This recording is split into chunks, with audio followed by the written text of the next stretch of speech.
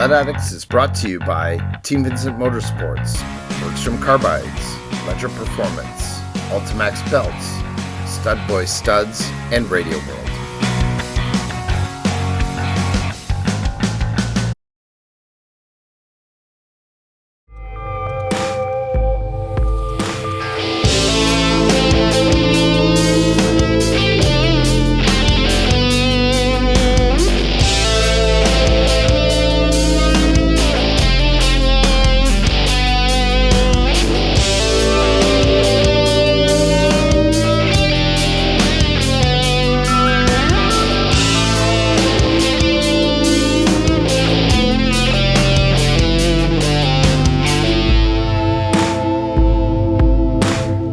Hey everyone, welcome back to the channel. Hope you all had a great riding season. We're into our end of season review videos on our sleds, and for today's video, I'm going to focus in on my 2025 Lynx Xterrain 900R Turbo RE. Let's get into it.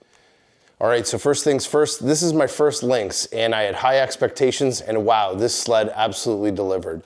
This is probably the most fun I've had yet on a 900R. You guys know that I've had the Renegades in the past, and just wanted to switch it up this year to try something different. You know, I've heard a lot about Lynx. There's been a lot of buzz in the market about Lynx, and they really do make an incredible sled. This season I put 6,550 kilometers on this sled. It was primarily used and set up as my touring trail sled. So for any of those big saddlebag trips this year, this was my #1 pick, and that's what I ended up riding. Now, I'm gonna start off with the front end on the sled. First things first, these blade skis. By far, out of all the sleds I've driven from Skidoo, my favorite skis to date are the blade skis. For some reason, I just think that they handle perfectly in all conditions. I never found that, you know, there was a certain type of trail that I got into where they didn't handle well. I paired them up with a set of 6-inch Bergstrom carbides, the triple point carbides that we love to use on our sleds. And this thing was dialed and handled amazing. Worked really, really well in all conditions, including loose snow, hard packed trail conditions, and even in deep snow, I had a couple chances to get this thing off trail, and it seemed to work really well. And most importantly for me, I always comment, and if you've seen any of my past videos where I talk about steering effort, for me, this feels like the lightest front end from any 900 that I've ever driven. And there's a lot of reasons for that, but I definitely think the blade skis are a contributing factor to that. So the other thing that's notorious about the Lynxes that you hear a lot about is they are just dialed from a suspension standpoint. And this is a Pro 46 suspension that gives you high, low speed and rebound adjustment across the entire sled. I'm gonna start up front first with the Pro 46s up front. Phenomenal shock. Yes, it will take some dialing in, and it did take me a couple of rides to play around with them and mess with all the clicker settings. But the good thing is that Lynx Engineering actually puts out a great video that gives you some starting points in terms of suggestions for, a kind of an advanced, more harder, sportier ride, or maybe just kind of a basic ride. I was somewhere in the middle. And after I did get the sled dialed in, they do work extremely well, and you really do notice them, especially with a sled that's got more front end weight. I ran the same shocks just to do this comparison this year on my 852 stroke, and I definitely felt like you notice them more on the Lynx just because of that weight. And again, those are fantastic shocks. Once you get them dialed in, you're pretty much not going to be able to beat anything. They work fantastic through the stutter bumps and really well. I even got this thing into some big moguls this year, and that is really where the Lynx suspension shines. So the front end Pro 46 works awesome. In the back, you've got the PPS 3 suspension, and it is the first time I've ridden it, and it's like what everybody says. When you get this thing into some big bumps, you can hammer through it and you honestly don't even feel them. It works that well. I do think a big part of that though is because it's also an uncoupled skid. You can get on the gas and you can really kind of lift it nicely and easily over some of those bumps, and you can really control the sled nicely through the moguls. I would say from any of the sleds I've ridden, it's probably the best big bump sled you'll get on, and that is what it's designed for. That's what the suspension is made for, and it does incredibly well through those 1-2 foot moguls, no problem for this thing. So I was super impressed. It's a very high-end suspension, and as far as any of the manufacturers out there, it is absolutely incredible how well it works. I was amazed. It did take me getting some adjusting done in the rear as well. The first couple times I had it out, I had it set for, you know, a decent sag in the back, but what I realized was I was going to be touring with it, and I had all the baggage and the fuel and all that stuff on there. So we actually ended up tightening it quite a bit. There's a huge spring across the top on the skid there, and we ended up tightening that up, and it made it awesome. It just worked phenomenally well. The one thing I will say about the ride is when you're actually on groomed trail, you are going to notice that it's a firmer ride, no doubt about it. It's not going to be as smooth as like an R-Motion skid, or especially a Smart Shock skid from what I remember. And I think that's just what you get as far as going up in kind of a higher end shock package and a sled that's specifically designed really for handling and being capable to fly over those bumps. That's what you're going to get with the Lynx. So you will notice the skid really doesn't move as much when you're on kind of a normal groomed trail, and it will feel a little bit firmer. All right, so obviously the 900R power plant has been around for years, and you know, I've enjoyed it on a few different Renegades. As far as the 4-strokes go, I think it's a phenomenal motor. There's really nothing bad to say about Skidoo's 900R Turbo. It absolutely rips. It's got great power.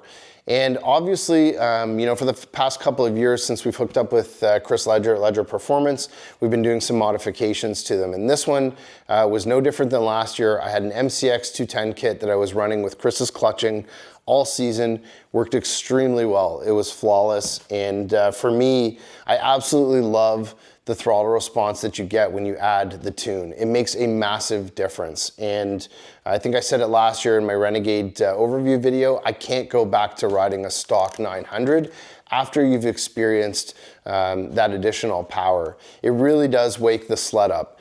Now, as far as top speed, I don't know if it makes all that much difference. The fastest I've seen on the gauge on this sled was 186, which is pretty good. Guys were telling me I should have had more out of it. We even played around with the gearing, and to be honest, I didn't really notice that much difference. I was expecting it to be, you know, faster on top, but at the same time, I think that I didn't have a chance to actually drive it in the same kind of conditions on the same day.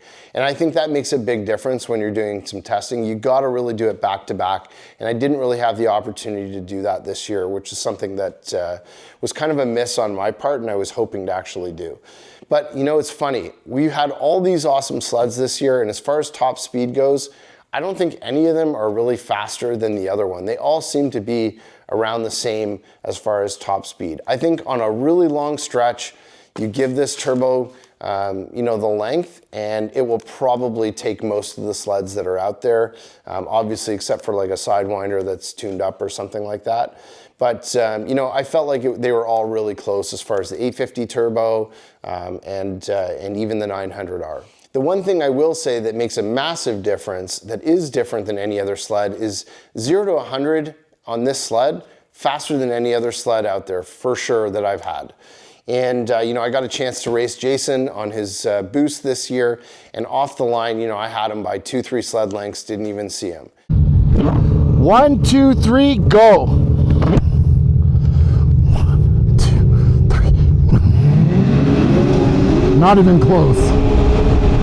Destroyed him. Again, that's on a pretty short stretch. I would love to see what would happen on, you know, 1,000 or 1,500 foot run, but 0 to 60 is what I'm aiming for. And as far as like a very quick 0 to 60 sled, I would say this is by far the best setup sled I've ever had.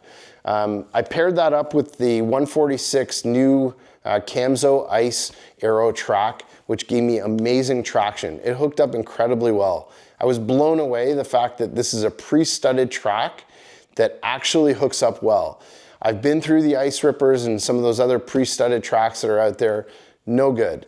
This for sure is by far a track that I would consider running on any sled.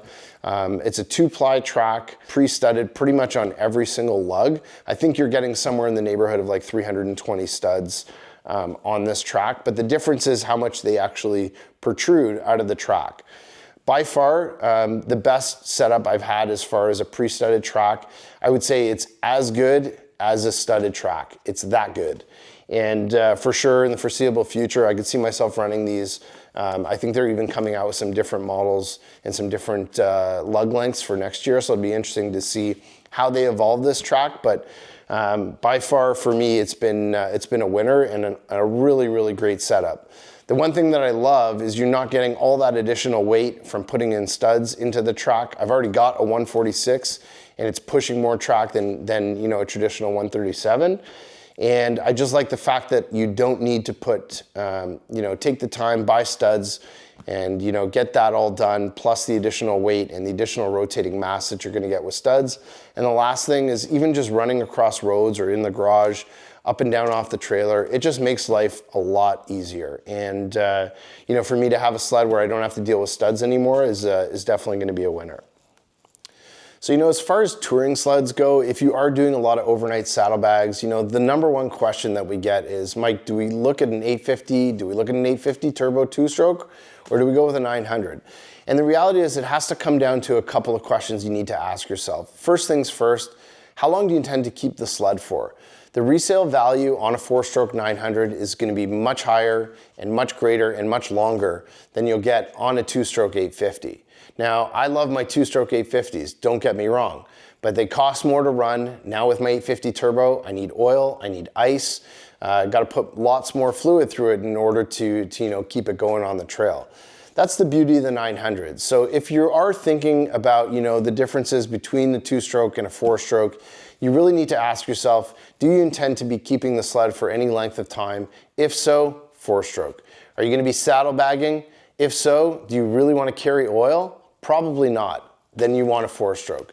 And those are the two big things that we get asked the most when it comes down to the differences between, you know, going with an 850 and going with a 900R. For me, the answer for touring, I don't want to deal with oil. It's just not for me. I don't want to have to carry additional oil as well as gas.